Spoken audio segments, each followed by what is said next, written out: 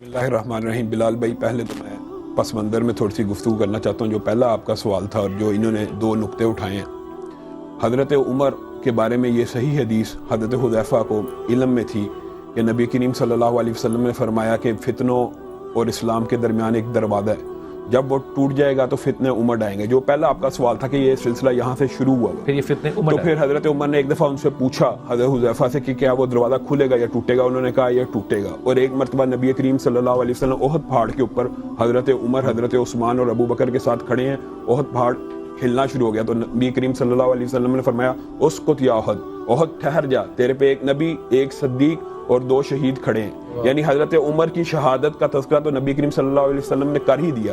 اور جہاں تک یہ بات انہوں نے ایک نقطہ اٹھایا ہے، یہ بات تمام کتب میں موجود ہے کہ حضرت عمر کا جو قاتل تھا ابو لولو فیروز المجوسی، اس کا اسلام سے کوئی تعلق نہیں تھا۔ اور اس کے پاس جب حضرت عمر کے پاس قاصد آیا، حضرت عمر نے باقاعدہ اس سے پوچھا مجھے قتل کرنے والا کون ہے؟ انہوں نے کہا وہ کوئی کلمہ گو نہیں۔ حضرت عمر نے شکر ادا کیا، اللہ تیرا شکر ہے کہ جس نے زمین پہ کبھی سجدہ نہیں کیا میں اس کے ہاتھوں مار رہا ہوں۔ تو حضرت عمر کا قتل بہرحال منافقوں نے نہیں کیا، ہاں حضرت حسین کے قتل میں ضرور منافقین وغیرہ شامل ہیں۔ یہاں پہ پھر یہ بات ہے کہ کیا مسلمان اس زمانے میں یا حضرت عمر کی شہادت کے بعد حق اور باطل کے اندر فرق کرنا بھول چکے ہیں؟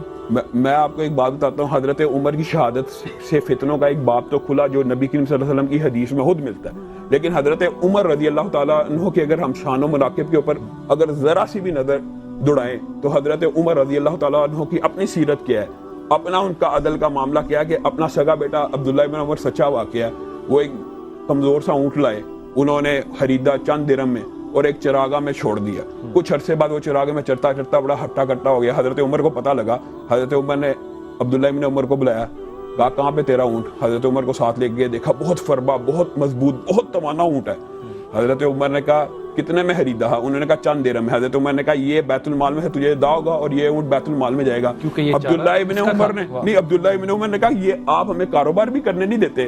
حضرت عمر نے کہا ہاں تو یہ سوچتا ہے کہ یہ خلیفہ کا، لوگ کہیں گے کہ یہ خلیفہ کے بیٹے کا اونٹ ہے اور اس کو چرنے دو اور یہ موٹا تازہ ہو جائے۔ یہ حضرت عمر کا اپنا طرز عمل ہے۔ اور حضرت عمر رضی اللہ تعالیٰ عنہ کی اہل بیت سے اتنی گہری نسبت ہے کہ یزدگر کی بیٹی شہر بانو جب آتی ہے مسجد النبوی کے اندر تو حضرت عمر کا نظر انتخاب حضرت حسین کے علاوہ کوئی نہیں ٹھہرتا۔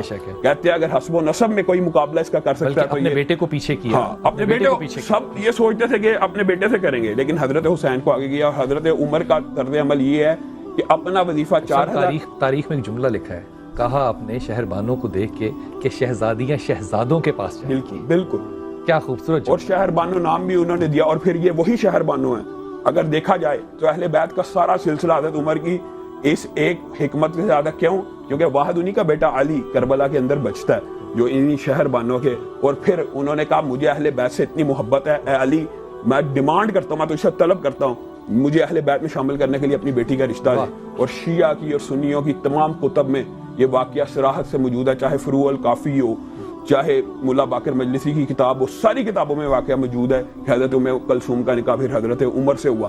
اور حضرت عمر نے یہ نکاح صرف اس لیے کیا کہ میں اہل بیت کے اندر شامل ہو جاؤں۔ یہ وہی حضرت عمر ہیں کہ جو پہلے اپنی بیٹی نبی کریم صلی اللہ علیہ وسلم کو دیتے ہیں، نبی کریم اپنی بیٹی حضرت علی کو دیتے ہیں، اور حضرت علی اپنی بیٹی حضرت عمر کو دیتے ہیں۔ یہ رشتے تو